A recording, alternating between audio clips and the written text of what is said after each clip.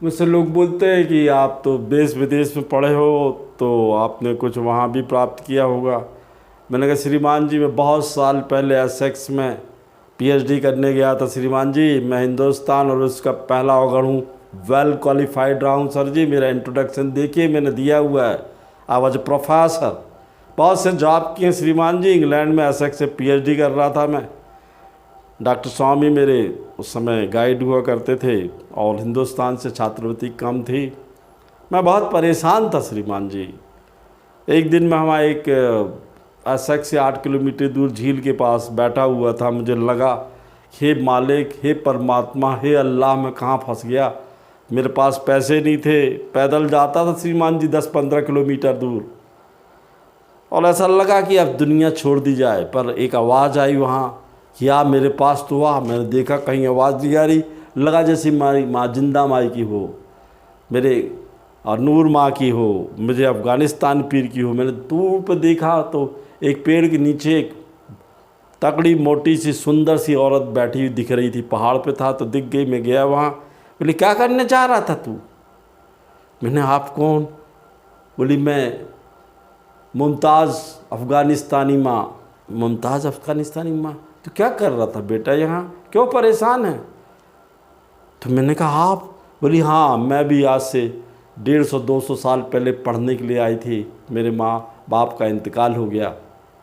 अब मेरा तो कोई था नहीं, इसी पेड़ के नीचे तब से बैठी हूँ, लोगों की मदद करती हूँ। हिंदुस्तानी हो, कोई भी राष्ट्र का हो, हिंदू हो, मुसलमान हो, सिख हो, मैं तेरा ही इंतज़ार कर रही थी। मैं गया, मैं रोने लगा।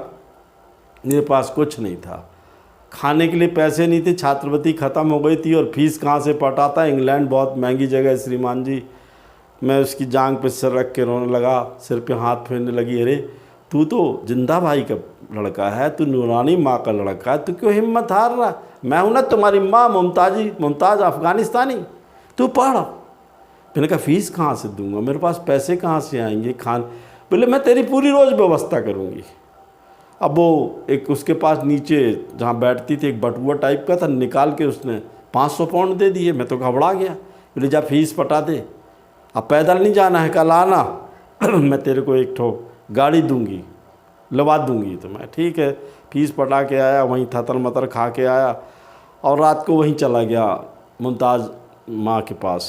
तो बैठी थी, बोली गाड़ी लेगा? मैंने कहा हाँ। तो बोली मैं गड्डी निकाल के दे रहा हूँ, रास्ते में गिनना नहीं। मेरे साथ दिलावर खान था, अनिल था, नगेन था, ये मेरे साथ इस रिसर्च स्कॉलर थे, वो भी साथ गए। हम लोग ने एक ठो गाड़ी खरीदी, नई बुलेट टाइप की थी वो गाड़ी। अब वो गाड़ी किसी दूसरे के लिए बुक किया था, उस रात व्यक्ति ने वो लेने नहीं आया। तो उसके मालिक ने बोला कि अब इसमें तो नंबर प्लेट भी होगी, रजिस्ट्रेशन भी मैं आपका कर दे रहा हूँ, ले जाओ आप। और जब हम आ रहे थे तो हमारी माँ ने वहाँ कुछ लिखा था ज़मीन पे, हमने ध्यान नहीं दिया। हमने जो उनके दिए हुए पॉइंट्स थे उनको दिए, उनने गिने, पूरे कागज़ दे दिए और आधे लौटा भी दिए। हमें तो पता लगा क्या ताज्जुब की बात है कि वो वापस भी कर रहे हैं।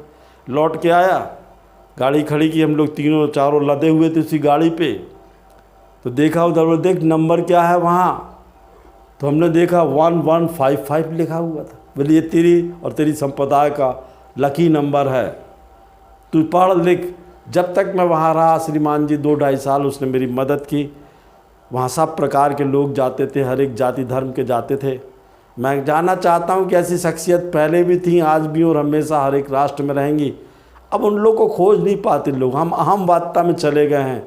वो बोलती थी वो परवरदिगार एक है, जिसका ऊपर उसका हाथ होता है, वो इंसान परमात्मा का नूर होता है।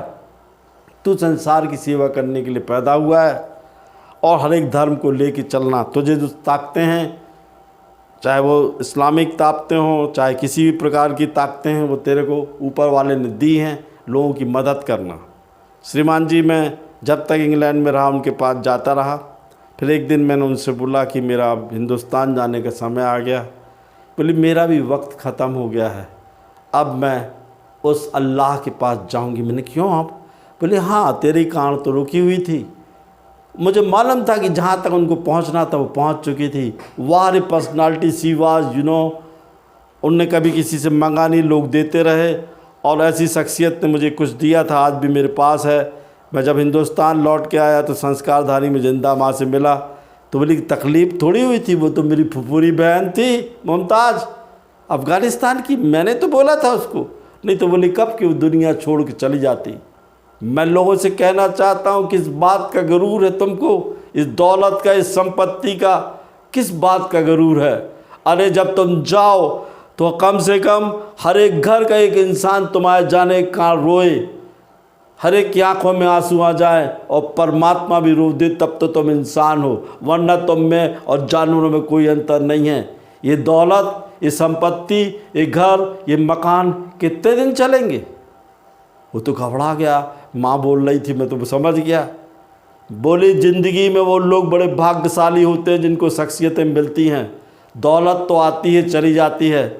मैं आज भी बोल रहा हूँ गर्व से, ऐसी शख्सियतों का मुझे साथ मिला और मैं जिनके साथ हूँ, मैं जिनके लिए दुआएं करता हूँ, उनके घर भरे रहते, लावालाब विख्यात होते, पैसे आते, दौलत आते, राजनीतिक व्यक्ति बनते हैं। पर इस बात का मुझे कोई गरूर नहीं है। मैं चाहता हूँ कि संसार का हर एक शख्स अच्छे से रहे, विश्व में अमन और शांति रहे। जय माँ।